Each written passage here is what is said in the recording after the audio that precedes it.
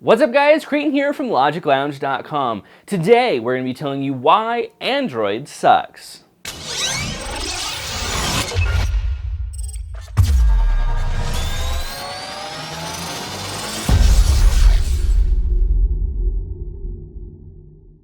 Before we get started, I want to preface this video by letting you guys know that these are not my opinions, nor are they the opinions of LogicLounge. These are the opinions generally found online of the criticisms of Android. So without further ado, I have the list right here, so let's get started. The first one is probably the most scariest one in terms of being vulnerable to this, and that is malware and fake applications.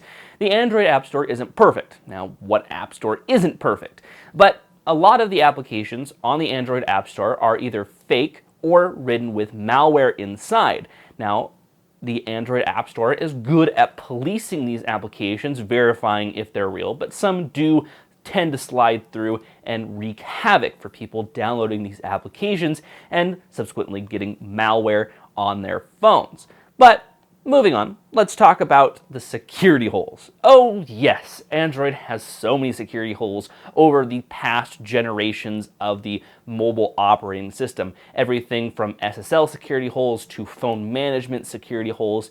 It's just ridden with security holes in the fashion that you can't do anything about it, and your phone is very vulnerable to those attacks, being able to access all of your personal information, including your contacts, their phone numbers, whatever information you may have in your phone that's sensitive. Well, those security holes in the past have been proven to be very, very vulnerable. But getting off of security for a second, let's talk about something aesthetic about Android, and that is version numbers.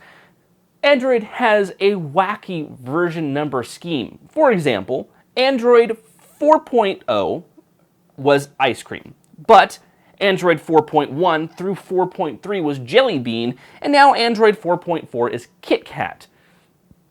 Subversions, sometimes, not really, have different names. It's confusing to a lot of people because you might be saying, well, I've got Android 4.3. Isn't that still ice cream sandwich since 4.0 was ice cream sandwich? Well, no. Android 4.3 is actually Jelly Bean.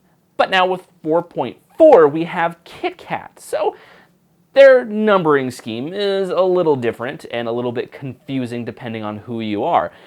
For my personal opinion there, and I know I'm putting in my personal opinion in this video only once, is that I think every major version number should have a different name.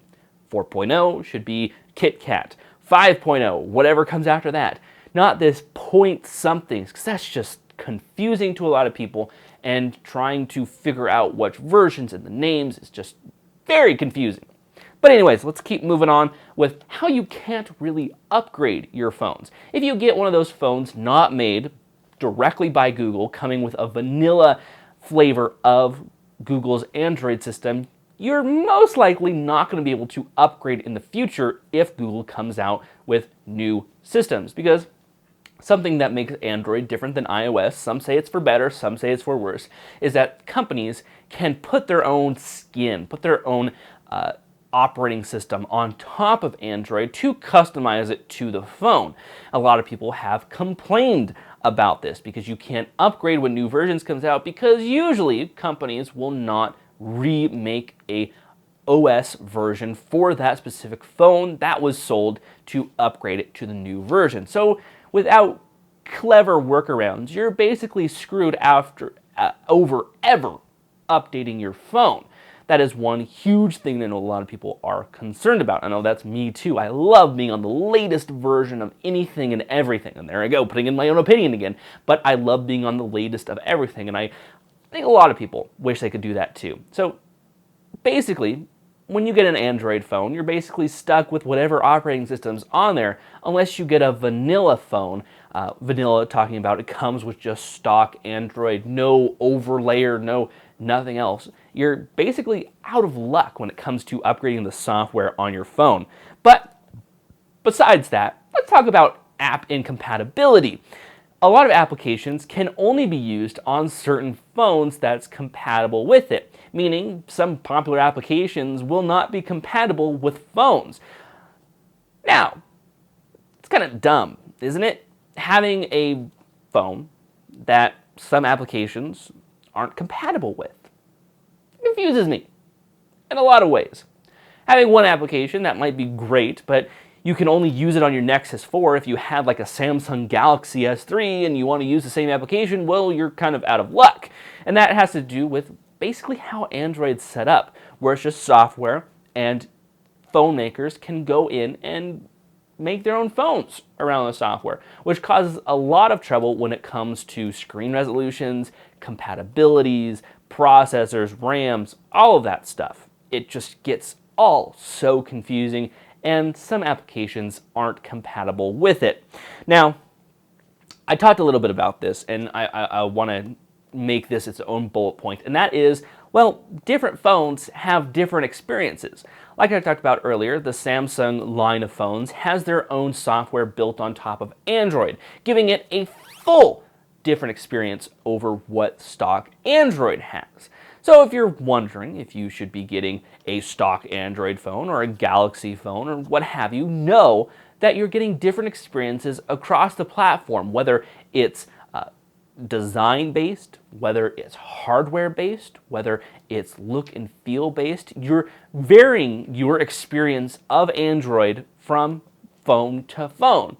So if you're somebody who might change phones a lot, or when you do change phones, it's a major upgrade for you, you might be changing your full experience of Android from phone to phone.